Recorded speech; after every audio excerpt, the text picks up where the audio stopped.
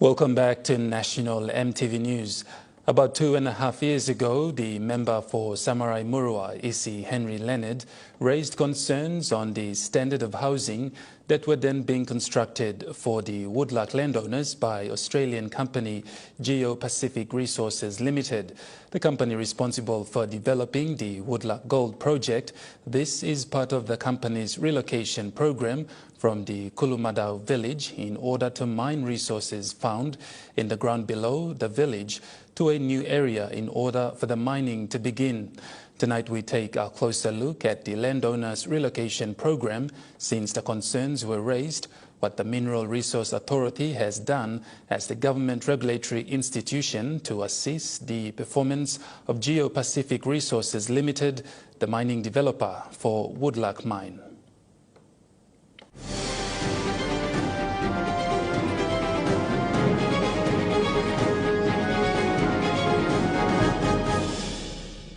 Located in the Samarai Murua district, Woodlark Island is situated approximately 600 kilometers east of Port Moresby and 300 kilometers northeast of the provincial capital of Alatau. Surrounded by clear blue ocean and its white sandy beach, this tropical paradise is home to an estimated 6,000 people, or maybe even more, since the last census was conducted over 2 decades ago in 1990. In mid-2020, the Woodlark mining developer Geo-Pacific Limited was taken to task by local MP Isi Henry Leonard over the houses that were constructed under its relocation program to relocate villages from Kulumadau to Baowen, Seloka and Dikoyas to mine resources from Kulumadau. The houses initially were of poor substandard quality, which raised many eyebrows, especially that of the MP for Samarai Murua, Isi Henry Leonard, who raised the issue in the media, which resulted in the intervention by regulator Mineral Resources Authority. Earlier this month, after nearly 2.5 years since the intervention, the acting managing director of the MRA, Mr. Jerry Gary, returned to the project site and after 2 days of inspection of the houses and facilities, expressed his satisfaction and said he was very pleased and satisfied with the high quality achievements which had set the new benchmark of the entire extractive industry, including mining.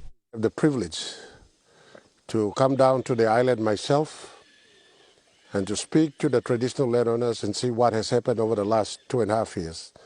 And I must admit that I'm very impressed with the resettlement exercise undertaken over the last 2.5 years. The new homes that were built are much better than what was initially built. There are 4 major types of houses built for the landowners, ranging from 3 bedrooms to 5 bedrooms, which are steel structures that can last up to 50 years. 4 major types of houses built for the landowners, ranging from 3 bedroom to 5 bedroom. There are 3 bedroom standard, 3 bedroom deluxe, 4 bedrooms and 5 bedroom houses. And these are steel structures, permanent structures that will last for 50 odd years. The MRA acting MD made reference to the height of COVID-19 pandemic when he was made aware of substandard houses built for landowners to the mainstream media and local member of parliament for Samarai Murua, Isi Henry Leonard. And as the regulator of the mining industry in the country, he had to intervene immediately and ask Geo-Pacific to stop the construction work, remove the houses, submit a revised plan and engage the construction according to a revised plan approved by the MRA. Mr. Gary said the company responded positively to MRA, resulting in the better homes, schools, churches and canteens that are built today. 2022, due to the financial arrangements that fell over, many of the early engineering works and construction work were suspended, and I am pleased to also say that they continue to invest in the resettlement exercise and also show strong commitment towards exploration drilling, which are ongoing and will continue this year. The MD reiterated the need for every extractive player in the country to follow the excellent example set by Woodlark Gold Project by changing their mindsets and approaches in dealing with landowners and in a respectable manner that improved their performance in the economic, social and corporate governance space to meet the expectations of the globe. As I've said, I'm very impressed not only because they have built those structures, they also build solar power to the houses. They also build toilet. They also supply water tanks, and also supported the resettlement exercise by giving them allowances during the early stages until they grow their cash crops. They also transported the seedlings from one location to the other. Geo-Pacific Resources Community Affairs Officer Mr. Bosco Lapis said the company would build a total of 223 houses, of which they had completed over 100, where impacted landowners have moved in. He said they were yet to complete 83 houses, of which 23 or 90% complete. The current one we have here is a 3-bedroom standard that is on offer. It comes together with a package. We also supply water tanks that is up to 2,000 liters in capacity, a toilet, outdoor toilet, pit toilet in fact, and outdoor showers. We also have a kitchen. The futures here will vary from the other locations that we will view. As per his wishes, we were not able to put cement under his kitchen.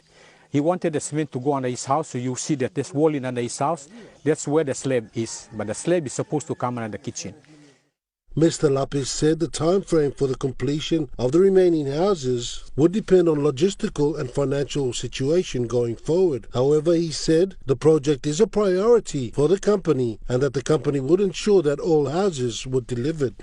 The residential houses generally feature 3 to 5 bedrooms, steel frames, and other materials built to last long. Other facilities that are being constructed, such as classrooms, clinics, churches, standalone toilets, and trade stores, also feature similar properties. The relocation includes trade stores, houses, churches and schools, and impacted landowner groups including the Landowners Association. Women, youth and church representatives also expressed satisfaction on the relocation to the new home. Linda Sifon, a woman's representative, spoke on the United Church building that is currently being built.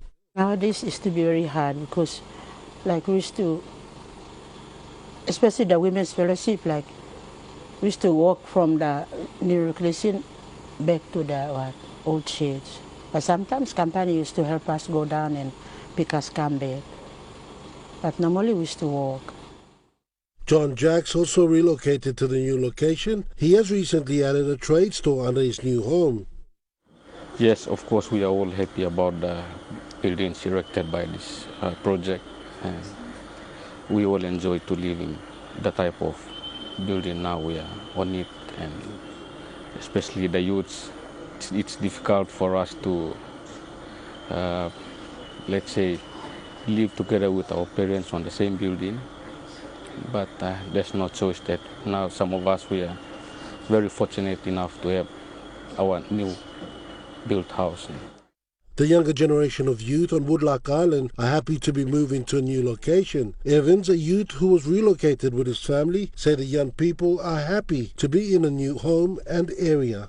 The man who has been vocal on this issue since he raised it 2 years ago is the Minister for Tourism, Arts and Culture and Samarai Murua MP, E.C. Henry Leonard. He has admitted that he has not been on ground in the past 2 years, but hears that work has progressed. Mr. Leonard revealed that the relocation exercise taking place must be done fully so that the daily lives of the people are not interrupted. Gone back yet, I am aware that people have ordered the company to build their homes wherever they wish.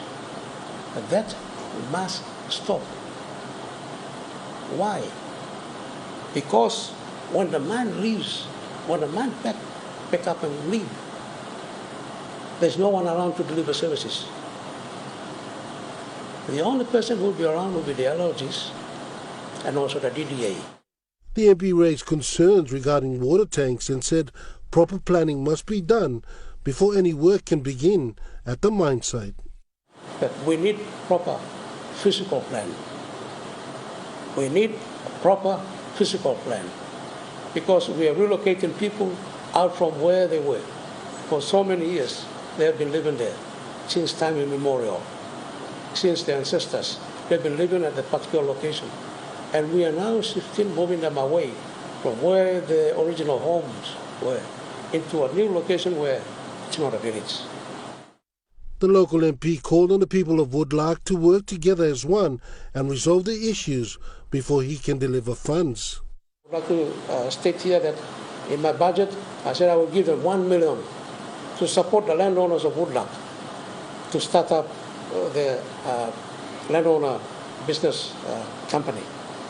So the district will provide $1 million. But my message to my people on Woodlark is that they need to resolve the issue. They're actually divided right now. From what I've heard, they're divided. So there are two landowner groups. One is for the pit landowner, and one is the general, what we call Woodlark landowners in that mine issue. The minister was thankful for the work of MRA, but highlighted that relocation must be done and it's taken a long time. He thanked MRA for the continued efforts and revealed that an MOA pertaining to the mine was not signed by the district DDA and it has been deferred. Truly grateful that MRA continued to visit and to see exactly what is happening on the ground. And I also thank the company for attending to what I raised. But they need to step up and complete the relocation exercise immediately before we go to a mining operation. But for the time being, we've actually deferred the signing until all these issues are addressed by the company as well as the government through MRA and also the land.